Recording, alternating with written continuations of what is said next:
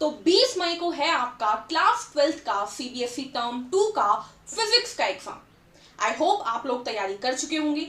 20 मई 5 दिन है आपके पास सिर्फ। तो क्या करना है आपको इन 5 दिनों में, कौन से टॉपिक पढ़नी है, ये बात ध्यान रखो। देखो आई थिंक अभी तक आपकी लगभग तैयारी हो गई होगी, है ना। तो अब आपको क्या करना है, अब आपको सिर्फ और सिर्फ वो टॉपिक पढ़नी है जो कि एग्जाम में आने के चांसेस हैं। यानी कि मैं अब आपको हर चैप्टर के कुछ 4 से 5 टॉपिक बताने वाली हूं। उन 4 से 5 टॉपिक को अब रट लो, ठीक है। बाकी सिलेबस को छोड़ दो। अब देखो आपने तैयारी कर ली जितनी आपको करनी थी। अब बचे हुए दिनों में आपको क्या करना है, देखो आपके पास 5 दिन है। आपको फिजिक्स पहले जितनी आपको आती है सारी रिवाइज कर ली आपने। उसके बाद जो टॉपिक मैं आपको बताने वाली हूँ उसको रिवाइज करना है, क्योंकि डेफिनेटली जो मैं आपको टॉपिक्स बता रही हूँ वहीं से क्वेश्चंस आएंगे। प्रीवियस ईयर क्वेश्चंस देख के मैं आपको बता रही हूँ, ठीक है। तो देखिए आपको करना क्या है स्टूडेंट, सबसे पहली चीज आपको ध्यान रखनी है कि आपको एनसीईआरटी पढ़नी है।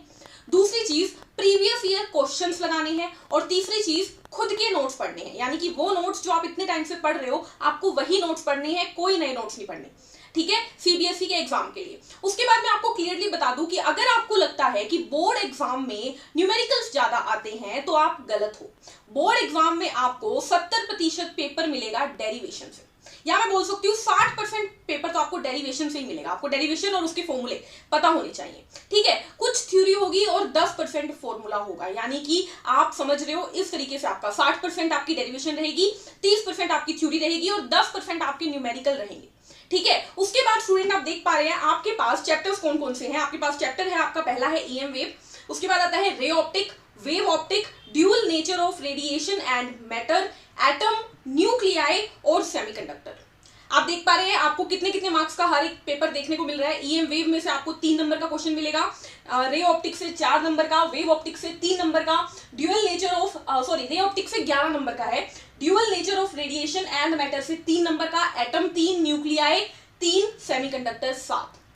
यानी इससे आप अंदाजा लगा सकते हो कि पेपर में कौन ज्यादा आने वाला है। पेपर में ज्यादा आने वाला है रे ऑप्टिक्स और सेमीकंडक्टर। अब मैं आपको बताने वाली हूं कि हर एक टॉपिक से कौन से, हर एक चैप्टर से कौन से टॉपिक आपको पढ़ने हैं। तो पहली बात करते हैं ईएम वेव चैप्टर की। इलेक्ट्रोमैग्नेटिक वेव में आपको पता होनी चाहिए इलेक्ट्रोमैग्नेटिक वेव की प्रॉपर्टीज, इलेक्ट्रोमैग्नेटिक वेव की यूजेस, कहां कहां पे ये यूज आते हैं। क्वेश्चन सीधे आ सकता है कि आपको बता दिए जाएंगे यूजेस और बोला जाएगा इन यूजेस वाली इलेक्ट्रोमैग्नेटिक वेव को पहचानो, या इलेक्ट्रोमैग्नेटिक वेव दे दी जाएगी और पूछा जाएगा कि इनके यूजेस बताओ, ठीक है। उसके बाद आपको इसके अंदर ईएम स्पेक्ट्रम को अच्छे से देख लेना, फ्रीक्वेंसी और वेवलेंथ याद कर लेना, ठीक है। यानी कि पूरा का पूरा जो हमारी स्पेक्ट्रम है ना, जो फ्रीक्वेंसी और रेडिएशन से अलग अलग ईएम वेव की, वो याद कर लेना अच्छे से। और ई एंड बी का रिलेशन आपको पढ़ना है, क्लियर है। नेक्स्ट चैप्टर आपके पास आता है कौन सा, ray optics, most important chapter, क्योंकि इससे आपको दिख रहा है 11 नंबर का पेपर आता है। रे ऑप्टिक्स में से आपको लेंस मेकर फॉर्मूला करना है, रिफ्लेक्शन बाय स्फेरिकल सरफेस, जो स्फेरिकल सरफेस होते हैं उससे रिफ्लेक्शन पढ़ना है, टोटल इंटरनल रिफ्लेक्शन को अच्छे से पढ़ लेना, उसकी डेरिवेशन, न्यूमेरिकल दोनों चीजें कर लेना, उसके एप्लीकेशन भी कर लेना, माइक्रोस्कोप और टेलीस्कोप दोनों पढ़ लेना, माइक्रोस्कोप और टेलीस्कोप से भी क्वेश्चन आने के चांसेस हैं, और रिफ्लेक्टिव इंडेक्स पढ़ के जाना, ठीक है। रिफ्लेक्टिव इंडेक्स क्या होता है, क्या कैसे करना है आपको, ये पढ़ के जाना, ठीक है। उसके बाद बात कर लेते हैं तीसरे चैप्टर की। तीसरा चैप्टर हमारे पास कौन सा है, तीसरा चैप्टर हमारे पास आता है हमारा वेव ऑप्टिक्स। वेव ऑप्टिक्स से आपको क्या करना है, तो वेव ऑप्टिक्स से आपको YDSC करना है, ठीक है। डबल स्लिट एक्सपेरिमेंट को अच्छे से कर लेना, उसकी जो इंटेंसिटी डिस्ट्रीब्यूशन कर्व है वो पढ़ लेना, डिफ्रैक्शन और इंटरफेरेंस के बीच में डिफरेंस पढ़ लेना, और रिफ्लेक्शन क्या होता है, रिफ्रैक्शन क्या होता है, इन दोनों का डिफरेंस कर लेना, ठीक है। हाइगन प्रिंसिपल भी कर लेना। उसके बाद बात करते हैं अगले चैप्टर की, फोर्थ चैप्टर की। आपको दिख रहा है dual nature of matter and radiations. तो इसके अंदर आप फोटो इलेक्ट्रिक इफेक्ट नहीं छोड़ेंगे, डी ब्रॉगली वेवलेंथ नहीं छोड़ेंगे, केस स्टडी भी इसी चैप्टर में से आने के चांसेस है। और आपको क्या याद रखना है कि फोटोन की प्रॉपर्टी क्या होती है, फोटोन की प्रॉपर्टी आपको याद रखनी है, ठीक है। नेक्स्ट आता है चैप्टर 5 एटम, एटम से नील बोहर और रदरफोर्ड दोनों को पढ़ लेना, और न्यूक्लियाई से आप बाइंडिंग एनर्जी पढ़ेंगे, बाइंडिंग एनर्जी के न्यूमेरिकल आने के भी चांसेस है, और जो कर्व है वो भी आने के चांसेस है, और जो फ्यूजन और फ्यूजन है, फ्यूजन रिएक्शन और फ्यूजन रिएक्शन, ये भी पढ़ लेना, इससे भी क्वेश्चन आ सकते हैं।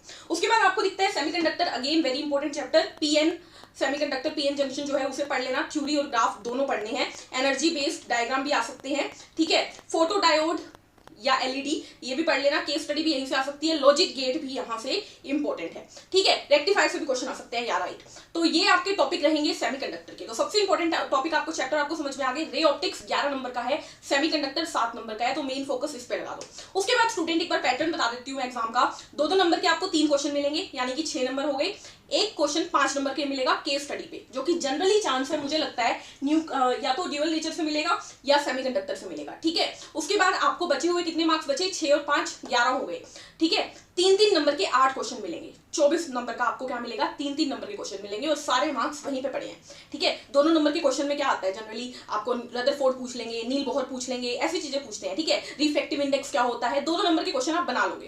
केस स्टडी भी ना, अगर आप मतलब थोड़ी बहुत केस स्टडी पढ़ के जाओगे, हो सका तो मैं आपको करवा भी दूंगी, तो आप बना लोगे केस स्टडी भी, ठीक है। स्टोरी रुकती है 3 नंबर के क्वेश्चन पे। 3 नंबर के क्वेश्चन को अच्छे से पढ़ लीजिएगा, और उसके लिए जो टॉपिक मैं आपको बता रही हूँ ना, एक भी टॉपिक मत छोड़िएगा, ठीक है। स्पेशली मैं बोल रही हूँ डेरिवेशन पे मेन फोकस रखिए अपना, डेरिवेशन को पकड़ लीजिए। प्रीवियस ईयर क्वेश्चंस लगा लीजिए, अगर आपके पास टाइम है तो सिर्फ और सिर्फ प्रीवियस ईयर क्वेश्चन लगा लो, पेपर उसमें से आएगा, ठीक है। बस लैंग्वेज बदल के आती है। तो फिजिक्स को आपको इसी तरीके से करना है। अगले वीडियो में मैं आपको बताऊंगी कि आपको बायोलॉजी के लिए पेपर के लिए कैसे तैयारी करनी है, ठीक है। तो बस इसी तरीके से पढ़ते रहिए, पेपर क्रैक करके मुझे बताइएगा कि कितना अच्छा आपका पेपर हुआ। मिलते हैं नेक्स्ट सेशन में, तब तक के लिए पढ़ते रहिए, मुस्कुराते रहिए, टाटा बाय बाय।